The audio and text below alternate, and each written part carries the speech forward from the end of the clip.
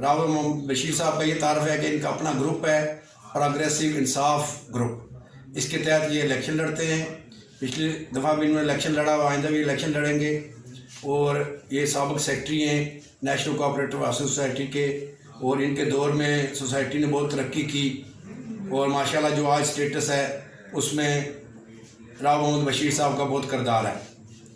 तो सबसे पहले हम राव मोहम्मद बशीर साहब आपका शुक्रिया अदा करते हैं कि आपने हमें वक्त फराम किया और आज हम सोसाइटी के वाले से आपसे बात करेंगे।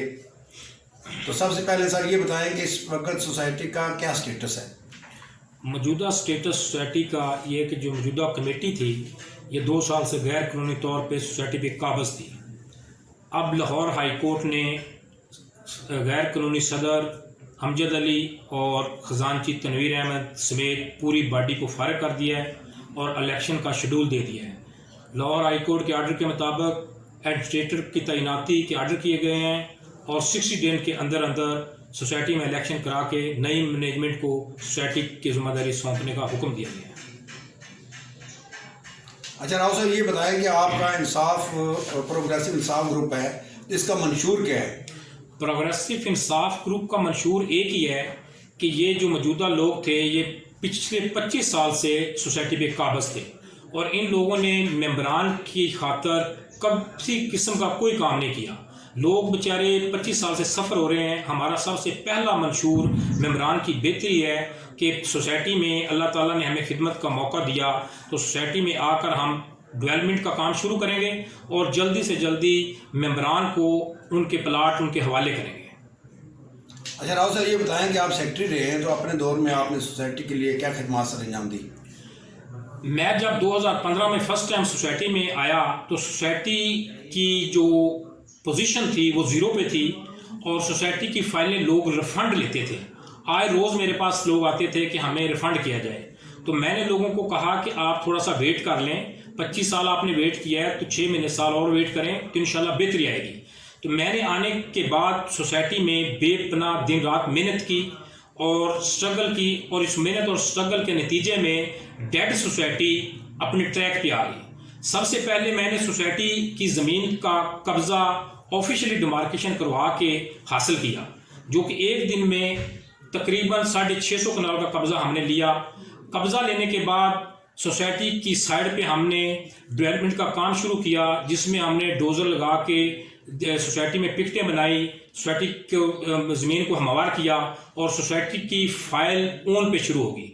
उसके बाद हमने सोसाइटी के लिए LOP के लिए CDA में केस जमा करवाया, जिसमें CDA की तकरीबन 12-13 रिक्वायरमेंट्स थी। वो सारी मैंने अपनी एफर्ट्स के साथ CDA की रिक्वायरमेंट के मुताबिक NOC हासिल करने के लिए कागजात जमा कराए। वो प्रोसेस शुरू हो गया और प्रोसेस इंशाल्लाह फाइनल स्टेज पे पहुंचाने वाला है। और जो असल मसला था रोड की एक्सेस का, वो भी हमने कोहटा रोड से जनाब जी एप्लीकेशन दी CDA को और CDA के साथ हमारे मामला सेटल हो गए कि कोहटा रोड से इनको एक्सेस दी जाएगी। अब अल्लाह ताला के फजल करम से दोनों मसले हल हो गए हैं। एक तो ये मौजूदा MC जो फारिग हो गई है, जो कि काम में रुकावट थी, और दूसरा सोसाइटी की LOP का जो काम है वो फाइनल स्टेज पे है। LOP तकरीबन अप्रूवल हो चुकी है। इंशाल्लाह अगले हफ्ते 2 हफ्ते में इसका आर्डर इशू हो जाएगा। अच्छा राव साहब ये बताएं कि जो मौजूदा MC बैठी हुई थी ये कितने अरसे से सोसाइटी पे है मौजूद है? मौजूदा MC में जो 2 अशखास थे, एक सदर और ख़जानची, ये तकरीबन 25 साल से सोसाइटी पे काबज़ थे। ये 1996-97 से सोसाइटी में आ रहे हैं, लेकिन 25 साल से इन लोगों ने स्वाय मेंबरान के साथ जुल्म और ज़्यादती करने के अलावा और कोई काम नहीं किया और सोसाइटी की बेहतरी के लिए एक दिन भी ना इन्होंने कोई काम किया, ना इनके पास टाइम था। अगर ये 25 साल पहले काम करते तो आज ये सोसाइटी का हाल ना होता। उस वक़्त वहाँ पे ज़मीन 30,000 कनाल के हिसाब से भी लोग नहीं लेते थे जहाँ पे ज़मीन खरीदी गई थी। और उसके बाद इस्लामाबाद में कोई 20 सोसाइटियाँ जो उसके दाएं बाएं हैं सब डेवलप हो चुकी हैं, लेकिन बदकिस्मती से इन लोगों को कोई हटाने वाला नहीं था। ये काबज़ थे और ये एक कब्ज़ा ग्रुप था। अब अल्लाह ताला के फजल व करम से मैंने अपनी दिन रात की मेहनत से और कानून के मुताबिक, क्योंकि ये इस इलेक्शन में हिस्सा लेने के अहल नहीं थे, इनकी ये कंटिन्यूसली थर्ड टर्म थी। Third term society bylaws के मुताबिक इंसान इलेक्शन कंटेस्ट नहीं कर सकता। इन्होंने अप्लाई किया रजिस्ट्रार को थर्ड टर्म के लिए, रजिस्ट्रार ने इनकी दरख्वास्त को रिजेक्ट कर दिया और इनको नाहिल करार दे दिया। ये सेक्रेटरी हाउसिंग कोऑपरेटिव के पास चले गए, सेक्रेटरी ने भी रजिस्ट्रार के फैसले को स्टैंड करते हुए इनको रिजेक्ट कर दिया। ये हाई कोर्ट में चले गए, हाई कोर्ट में इन्होंने प्रोविजनली एक स्टे ऑर्डर ले लिया और हाई कोर्ट के ऑर्डर के मुताबिक भी इनका नोटिफिकेशन भी नहीं हो सकता था। हाई कोर्ट ने सिर्फ ये कहा था कि इनको टेंटिवली वोटर लिस्ट में शामिल किया जाए और जब तक मेन पिटीशन का फैसला नहीं होता उस वक्त इनका नोटिफिकेशन जारी ना किया जाए।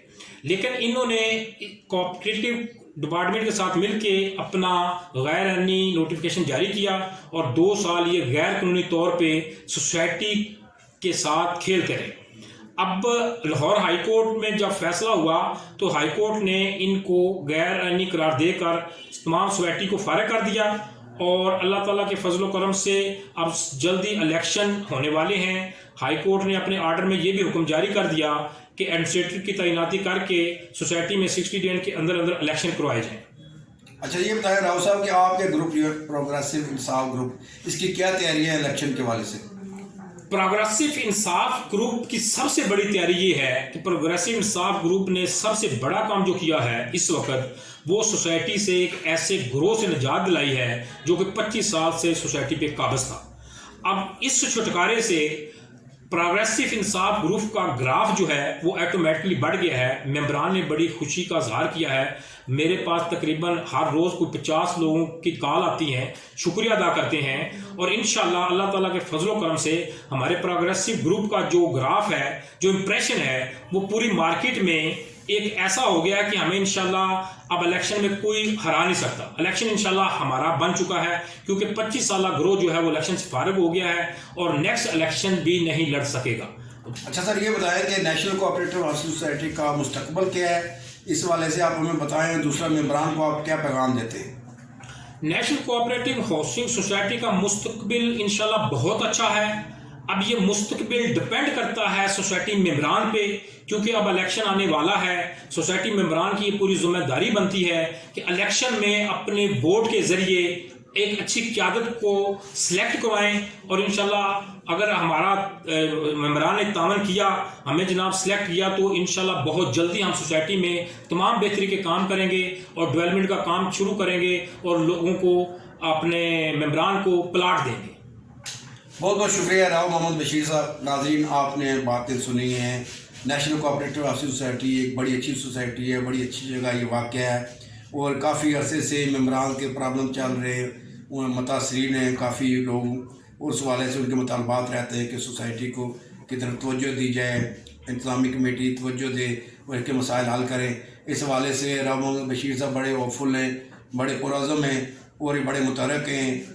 ये सदर का इलेक्शन भी लड़े, सेक्रेटरी भी रहे, इस लिहाज से इनका ग्रुप भी बड़ा एक्टिव है। तो उम्मीद है कि आपको इनकी बातें पसंद आई होंगी। हमारे प्रोग्राम को फीडबैक दीजिएगा, इस हवाले से लाइक कीजिएगा और कमेंट्स दीजिएगा। इसके साथ ही आपसे इजाज़त चाहते हैं। अल्लाह हाफिज़।